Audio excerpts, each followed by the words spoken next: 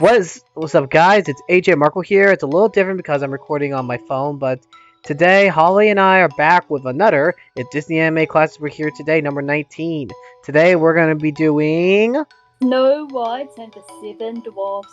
That's right, guys. Snow White and the Seven Dwarfs, a 1937 classic, which was originally a fairy tale by the Grimm's brother from 1812, so they made it classic 125 years later. Talk about a good way to celebrate 125 years. It's crazy though, because ironically this film was one of Walt Disney's first works. It was actually his first animated work, and what ended up happening is, we'll get to it right away, but before we do, don't forget to like, share, and subscribe, and check out the playlist so you can check out the other episodes. Without further ado, let's check out Snow White and the Seven Dwarfs. Alright, it all starts in another woman of great royalty known as Snow White. No parents, evil stepmother. It was before they released Cinderella, so instead of a Cinderella effect, it's more of a Snow White effect. Yes, and it is a natural thing, guys, because it's basically one of those stereotypical things that have been used in movies a lot. And before we continue, I am aware to try to make a new Snow White movie. I just hope Disney doesn't butcher it. So anyway, let's start off, or continue on with the evil stepmother. Familiar? Very familiar. Unfortunately. So here's what happens. The stepmother is a very vain person who basically has a mirror. She asks, "Mirror, mirror, who's the fairest of them all?" And the mirror always said, "You, only you, my dear queen." But then one day, that all changed. Yeah, one day, the magic mirror informed the queen that it's now her stepdaughter Snow White who's now the fairest in all of the land. And because of her White with pride turned into green with envy, she hired someone to take care of Snow White, seeking to lay harm on her own stepdaughter.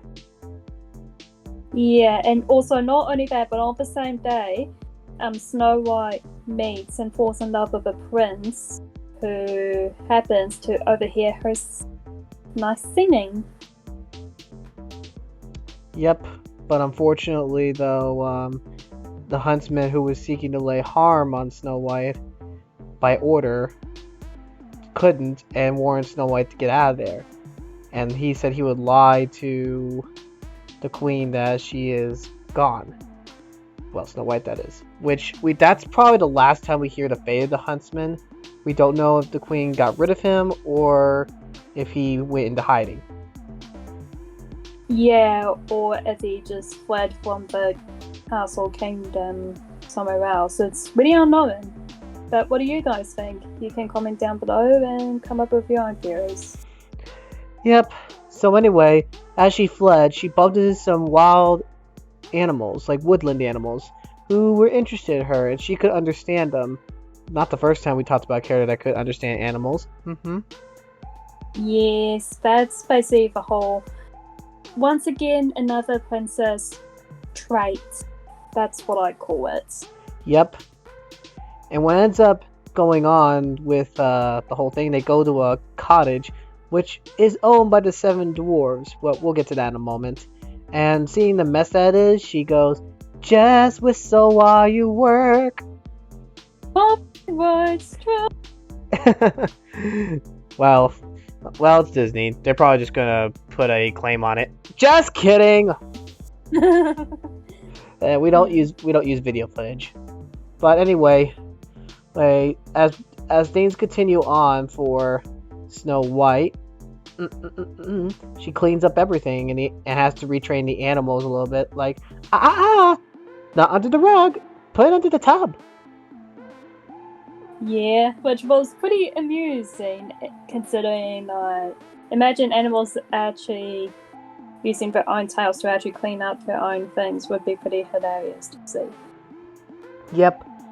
But in the end, though, what happens to the house is it's cleaned up. And we then transition to the Seven Dwarfs, which are Doc, Grumpy, Sleepy, Bashful, Happy, Sneezy, and Dopey. Dopey's an interesting one, as Holly told me. Yeah, Dopey is the first mute character in the actual film, Disney film itself. And there have been numerous ones, like, as we talked about before, like Dumbo and such in it. Yep.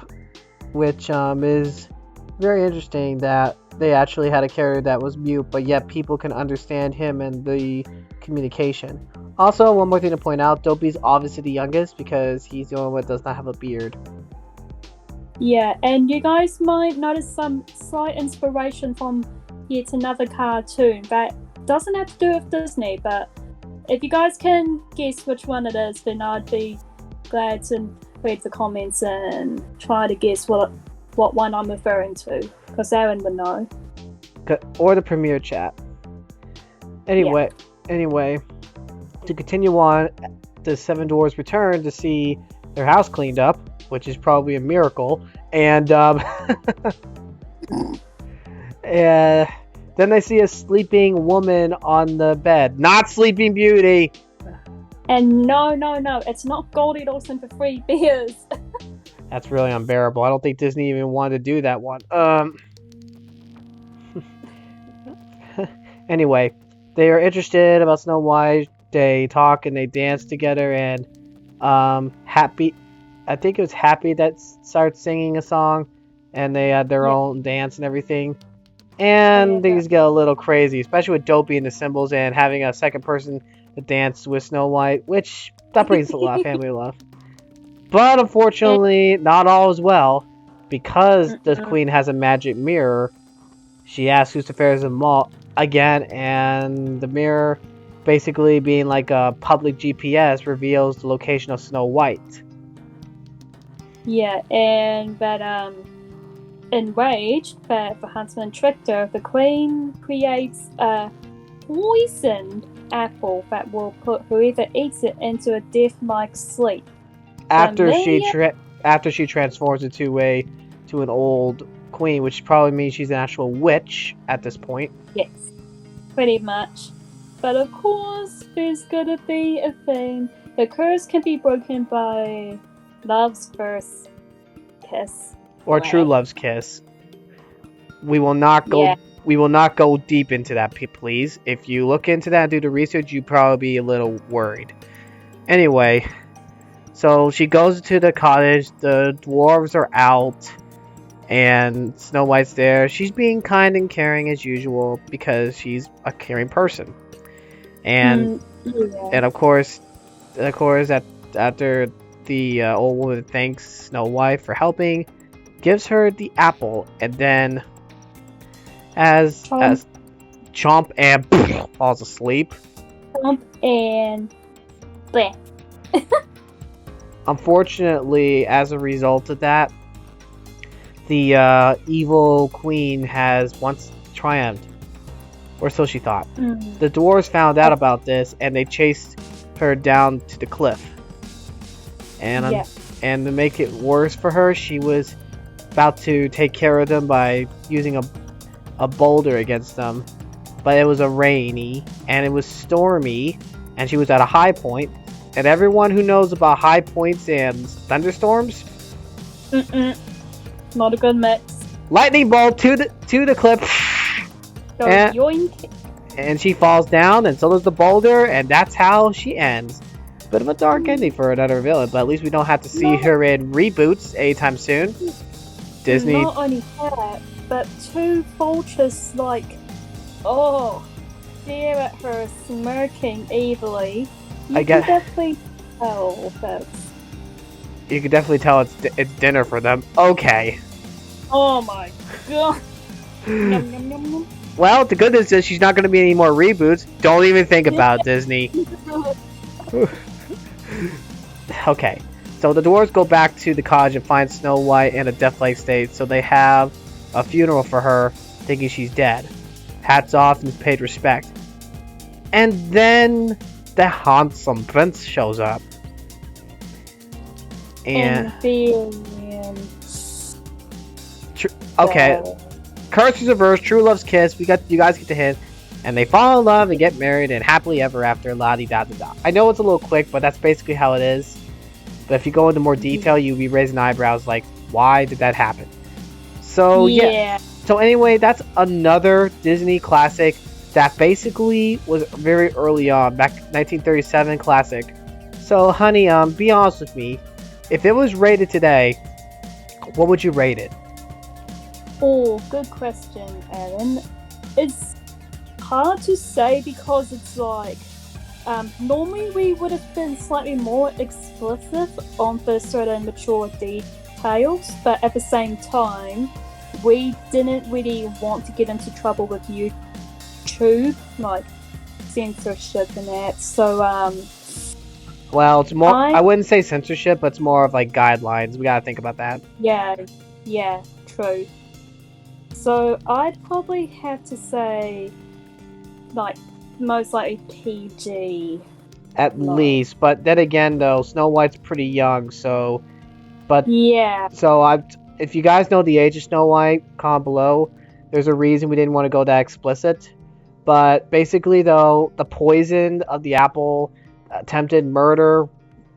Yeah, that's PG. It's a very hard PG because one, it didn't go into any like explicit gruesome detail like other films, and it didn't go into any darker details, which if you guys go back to one of our earlier episodes, which is The Rescuers, that was one of the first rated R rays we give due to we actually had to give the fact that it was a minor that was targeted.